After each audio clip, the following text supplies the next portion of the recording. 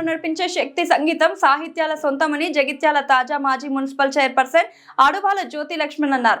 జగిత్యాల జిల్లా కేంద్రంలోని పుల్లూరు నారాయణ దాసు ఆశ్రమం ఆవరణలో సంగీత సాహిత్య సామాజిక సేవ సంస్థ కలం స్నేహం అనుబంధ సంస్థ ఆధ్వర్యంలో స్వర స్నేహం ఆత్మీయ సమ్మేళనం నిర్వహించారు. ఈ సందర్భంగా మున్సిపల్ చైర్పర్సన్ మాట్లాడుతూ సాధారణ వ్యక్తులను సైతం సంస్కారవంతులుగా తీర్చిదిద్దే శక్తి సంగీత సాహిత్యాలకు ఉందని, సాహితీవేత్తలు కళాకారులను గౌరవించడం తమ బాధ్యత అని చెప్పారు. మహిళల్లో చైతన్యాన్ని నింపడానికి ఇలాంటి స్వర స్నేహం వంటి ఆత్మీయ సమ్మేళనంతో ఉత్సాహాన్ని ఇస్తాయని పేర్కొన్నారు. దేశ సంస్కృతి సాంప్రదాయాలను భావితరాలకు అందించాలని అన్నారు.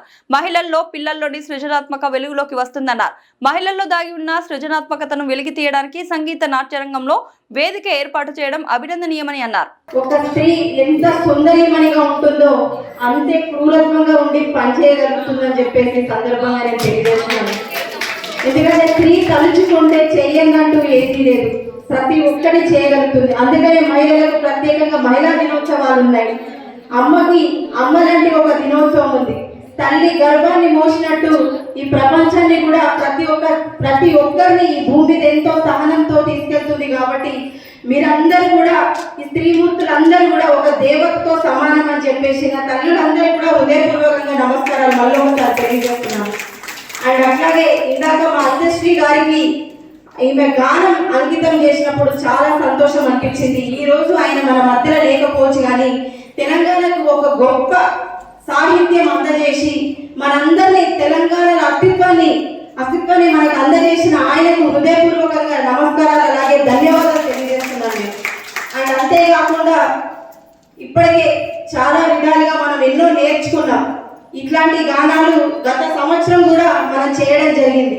దానికి కూడా నేను వచ్చి చాలా సంతోషం అనిపించింది. మహిళలు ఇలా ముందుకు వెళ్ళడం చాలా చాలా సంతోషంగా ఉంది. అట్లాగే ఇందాక కళ స్నేహం గురించి కూడా ఒక పాట పాడింది. ఒక ఫిలిం లో ఉన్న సాంగ్ ని దాని కళ స్నేహం కిందకి మార్చి పాడడం అనేది నాట్ సో ఈజీ. చాలా సంతోషం అనిపించింది ఆ సాంగ్ విన్నప్పుడు కూడా. అండ్ అంతేకాకుండా మా డిప్యూటీ కలెక్టర్ గారు, మా లతా మేడం గారు కూడా చాలా కళలు ఉంటాయి. ఆమె కలెక్టర్ గా చేస్తుంది ఎందుకంటే చదువుకుంది, ప్రొఫెషన్ అది వేరు. కానీ ఆమెలో ఉన్న టాలెంట్ ని బయటకు తీయాలంటే ఇలాంటి ఒక వేదిక ఆమెకు ఎప్పుడు అవసరం పడుతూనే ఉంటుంది. చాలా సార్లు ఆమె ఇలాంటి ఒక వేదిక మీద నిజంగా రచన గారు చెప్పినట్టు అరగంట 15 నిమిషాలు సాంగ్స్ పాడుతూనే ఉంటారు, చాలా విషయాలు చెప్తూ ఉంటారు. ఆమె మాట్లాడినప్పుడు నాకు అనిపిస్తూ ఉంటుంది మేమెంత ఆమె ముంగడ చాలా తక్కువ, ఆమెకు చాలా విషయాలు తెలుసు, చాలా అవగాహన ఉంటుంది ప్రపంచం మీద అని చెప్పేసి, ఎస్పెషల్లీ ఒక స్త్రీ మీద చాలా అవగాహన ఉంటుంది తనకి. సో అలాగే తన విషయాలు ఎప్పుడు వినాలనిపిస్తుంది. మేడం ఇప్పుడు తొందరలో రాబోతున్నారు కాబట్టి సో నాకు కొంచెం అర్జెన్సీ ఉంది, ఎవరు ఏం అనుకోవద్దు. అండ్ దాంతో పాటు ప్రతి ఒక్కరు కూడా మరి ఇలాగే అందరూ తమలో ఉన్న టాలెంట్ ని బయటికి తీయాలి, ప్రతి ఒక్కరు ముందుకు వెళ్ళాలి. అందరూ అయ్యో నేను హౌస్ వైఫ్ అయిపోయాను కదా, ఏముంది అంతే, పిల్లలు ఉంటేసి వాళ్ళు పెద్దగా అయిపోయి ఇంకేముందని ఎవ్వరు అనుకోవద్దు.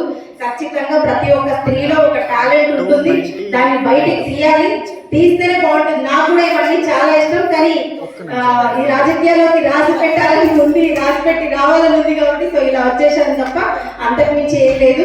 మా అమ్మ నాన్న ఈ రోజు ఉండుంటే ఇట్లా చాలా సంతోషపడేవారు ఈ రోజు ఇదంతా చూసి.